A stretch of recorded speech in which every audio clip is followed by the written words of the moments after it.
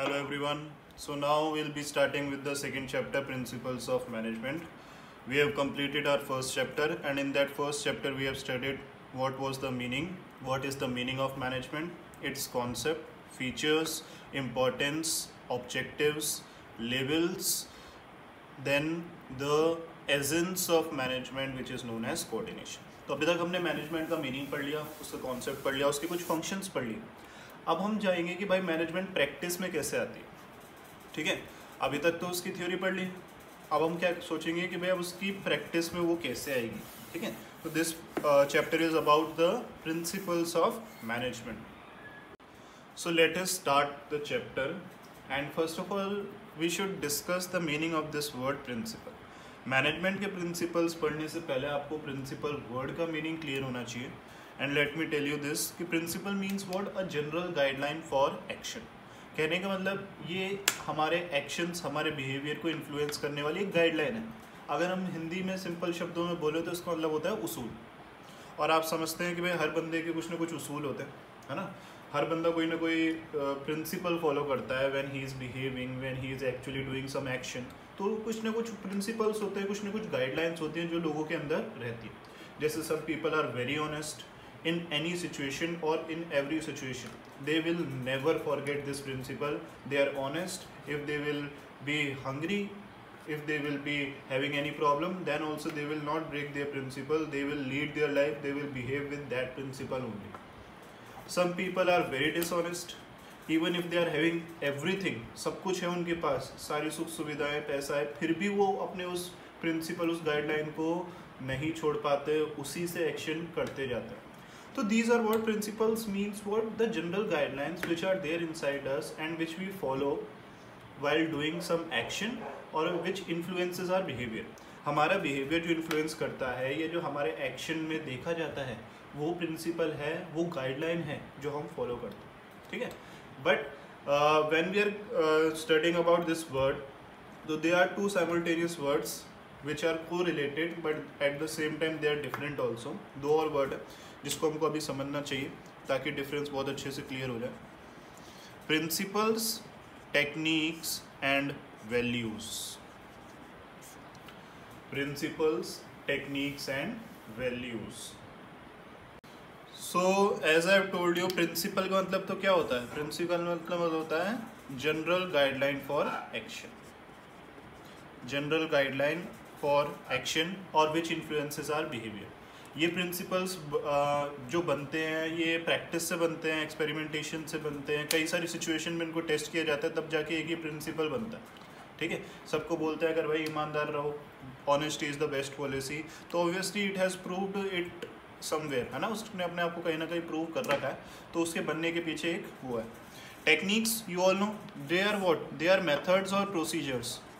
They are methods और procedures जिसमें कई सारी चीज़ें एक क्रोनोलॉजी, एक सीक्वेंस में परफॉर्म होते हैं. There is a sequence of performance of certain activities in a defined way. एक तरीके में एक्टिविटीज़ परफॉर्म होती हैं. ठीक है, एक सीक्वेंस में परफॉर्म होती है, तो उसको मेथड या प्रोसीजर कहते हैं to achieve a certain objective और टू अचीव सर्टेन गोल. अब वैल्यूज़ क्या होती हैं?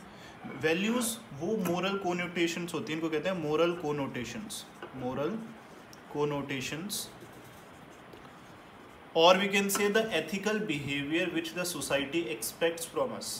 This is an expected behavior. ये वो behavior है जो expected है या desirable है.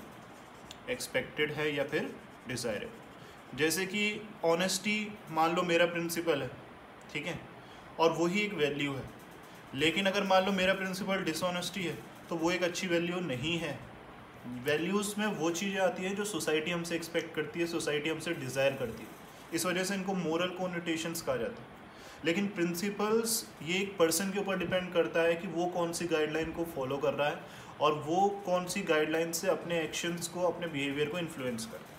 मेथड वो तरीका बन जाता है, वो प्रोसीजर बन जाता है जिस तरीके से, जिस ज़रिए से हम अपने प्रिंसिपल्स को एक्शन में लाके अपने गोल्स को अचीव करते हैं. तो हमेशा प्रिंसिपल्स भी हेल्प लेते हैं टेक्निक्स की. General guidelines which are performed with techniques, which are performed with techniques. ठीक है, तो प्रिंसिपल तो एक गाइडलाइन है, परफॉर्म कैसे होगा? With technique. टेक्निक में उसकी परफॉर्मेंस का क्या आ जाएगा? मेथड या प्रोसीजर। और दोनों से वैल्यू डिफरेंस क्या है? ये एक एथिकल बिहेवियर है जो सोसाइटी हमसे एक्सपेक्ट करती है, डिज़ायरेबल बिहेवियर है, ठीक है। ये हमको बताता है क्या सही क्या गलत है, जो कि सोशली राइट है, ठीक है। बट प्रिंसिपल्स जो आप फॉलो करते हैं इसको आप मानते हैं, वैल्यूज़ ये सोसाइटी मानती है। So now let us start. तो अब हमको पता है कि प्रिंसिपल्स, टेक्निक्स और values they are different. Now what do you mean by principles of management? Management principles का मतलब क्या है? तो here I have written the meaning of principles of management. So how we define principles of management? These are broad and general guidelines which affects managerial decision making and actions. तो जैसे कि मैंने आपको बता दिया प्रिंसिपल का मतलब क्या होता है, वो गाइडलाइंस, वो उसूल, वो कुछ फैक्ट्स जिनको हम अपने अंदर रखते हैं, जिनको हम मानते हैं, और हम ये मानते हैं कि भाई ये फैक्ट्स सही हैं, मैं इसके ऊपर ही चलूँगा या मैं इसी को फॉलो करूँगा, और मेरे जितने भी डिसीजंस होंगे या मेरे जितने भी एक्शन होंगे या मेरा जो भी बिहेवियर है डिफरेंट सिचुएशन में, वो इन फैक्ट्स, इन गाइडलाइंस, इन ट्रेड्स के ऊपर ही ध्यान में रखते हुए पूरा हो, ठीक है। तो ये वो गाइडलाइंस हैं, ये वो ब्रॉड गाइडलाइंस हैं जिनसे मैनेजर की डिसीजन मेकिंग अफेक्ट होती है, साथ साथ उसका behaviour, decision making, actions and behaviour, they are affected. एक मैनेजर अलग अलग सिचुएशन में किस तरीके से बिहेव करेगा, it depends upon the principles he is following. कहने का मतलब अलग अलग मैनेजर के अगर अलग अलग सिचुएशन में अलग अलग डिसीजन होते हैं तो उसका कारण ये है कि वो प्रिंसिपल्स अलग अलग फॉलो करें। अगर वो कॉमन प्रिंसिपल्स फॉलो करें तो उनको गिवन सिचुएशंस में एक हेल्प मिलेगी, एक गाइडलाइन मिलेगी जिसको फॉलो करके वो एक अच्छा डिसीजन ले सकते हैं। तो बेसिकली प्रिंसिपल्स को हम कैसे समझेंगे? ये कुछ गाइडलाइंस हैं, ब्रॉड गाइडलाइंस, ठीक है, नैरो नहीं है, ब्रॉड है, अलग अलग टॉपिक पे कवर्ड है, ठीक है, सारे टॉपिक्स पे, सारी सिचुएशंस पे कवर्ड है, और हमको एक रेंज ऑफ इफेक्ट बताती है जो कि अलग अलग एक्टिविटी पे इनका हो सकता है। तो they are broad and general guidelines. General है, जरूरी नहीं है स्पेसिफिक एक ही सिचुएशन के लिए, दे आर जनरल गाइडलाइंस, ठीक है, जो कि मैनेजर की डिसीजन मेकिंग, मैनेजर के एक्शंस और मैनेजर के बिहेवियर को अफेक्ट करेंगी। तो आपको ये दो चीज़ें बहुत अच्छे से याद रखना है कि हमेशा जनरल गाइडलाइन होंगी, स्पेसिफिक नहीं होंगी, पर्टिकुलर नहीं होंगी। दूसरी बात, ये गाइडलाइन मैनेजर की डिसीजन मेकिंग, मैनेजर के एक्शंस और मैनेजर के बिहेवियर को इफेक्ट करेंगे। So next thing is whether there is a difference between principles of management and principles of pure science. क्या मैनेजमेंट के प्रिंसिपल्स और मैनेजमेंट साइंस के प्रिंसिपल्स में डिफरेंस है? तो ये इस क्वेश्चन का आंसर तो हमको तभी मिल गया था जब हमने फर्स्ट चैप्टर में साइंस और मैनेजमेंट को कंपेयर किया था, और वहाँ कंपैरिजन में हमने यही पॉइंट बोला था कि जो साइंटिफिक प्रिंसिपल्स होते हैं they are applied universally, but management principles are not universal because they depend upon certain situations and they depend upon human behavior, ठीक है।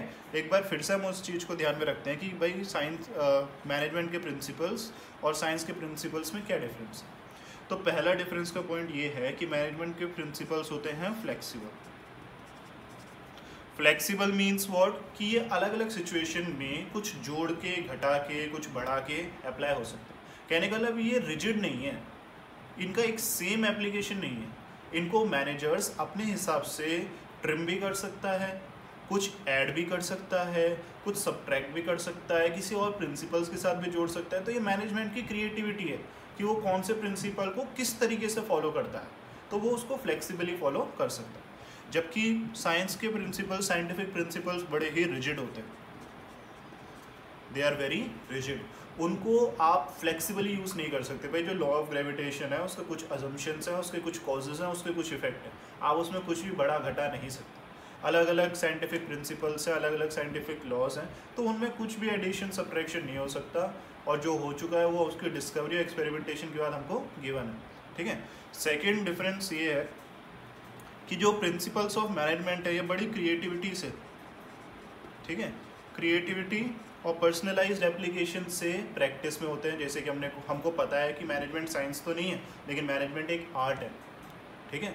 तो ये क्रिएटिविटी, प्रैक्टिस और पर्सनलाइज्ड एप्लीकेशन के ज़रिए कहीं ना कहीं पे फॉलो होते हैं, ठीक है। ऑब्वियसली अगर मैं भी कहीं जाकर मैनेजर बनूंगा तो मेरे अंदर भी एक स्किल रहेगी कि यार मैं खुद कुछ क्या क्रिएशन कर रहा हूँ, प्रिंसिपल्स तो मेरे को पता है, बट मैंने कुछ नया क्या किया, मैंने उस प्रिंसिपल को एक नया मीनिंग, उसको एक नई सिचुएशन पर डाल के कैसे रिजल्ट अचीव करवाया। तो ये मैनेजर्स के ऊपर डिपेंड करता है कि वो उन्हीं प्रिंसिपल्स को कैसे क्रिएटिविटी से यूज़ कर सकते हैं, वो अपनी पर्सनलाइज एप्लीकेशन से कैसे अलग अलग सिचुएशन को खुद सक्सेसफुल बना सकते हैं। बट यहाँ पे क्रिएटिविटी का कोई रोल है नहीं, ठीक है। यहाँ पे आप नो क्रिएटिविटी, हर कोई साइंटिस्ट नहीं बन सकता, हर कोई डिस्कवरी नहीं कर सकता, ठीक है। तो यहाँ पे क्रिएटिविटी का कोई एलिमेंट है नहीं। इनका एप्लीकेशन बड़ा ही डिफाइंड होता है, तो इनको पता है कि भाई इसका एप्लीकेशन डिफाइंड है, इसके इफेक्ट्स डिफाइंड है, इसमें हम कुछ भी ज़्यादा छेड़छाड़ नहीं कर सकते। और तीसरी बड़ी इंपॉर्टेंट बात principles of management of pure science में, ये आपको हमने तब भी बताया था कि भाई प्रिंसिपल्स ऑफ मैनेजमेंट जो होते हैं वो अलग अलग बिजनेस या एनवायरनमेंट की सिचुएशन को अडेप्ट कर लेते हैं। ये डायनेमिक होते हैं, मैनेजमेंट डायनेमिक है प्रोसेस, तो ये अडेप्टिव है। अगर मान लो हमारे बिजनेस एनवायरनमेंट में कोई चेंज आ रहा है, अगर हमारे बिजनेस एनवायरनमेंट में कोई चेंज आ रहा है, तो मैनेजमेंट प्रिंसिपल्स बदल के, उनको थोड़ा सा प्रिंसिपल्स को बदल के हम जल्द से जल्द अडेप्ट करते हैं सिचुएशन को। लेकिन ये scientific principles they are non adaptive. कहने का मतलब they are very rigid, they remains unchanged, ठीक है। तो ये बिल्कुल चेंज नहीं होंगे सिचुएशंस के हिसाब से, इनका एप्लीकेशन, इनका सब कुछ डिफाइंड रहेगा, लेकिन ये अडेप्ट कर लेते हैं डिफरेंट सिचुएशंस को, और इनका मकसद सिर्फ ये है अपने गोल्स को अचीव करना, जिसकी वजह से फ्लेक्सिबिलिटी भी रखते हैं, क्रिएटिविटी भी रखते हैं, और डायनेमिक मैनेजमेंट प्रोसेस होने की वजह से चेंजेस को जल्द से जल्द अडेप्ट करके उनके ऊपर वर्क करते हैं।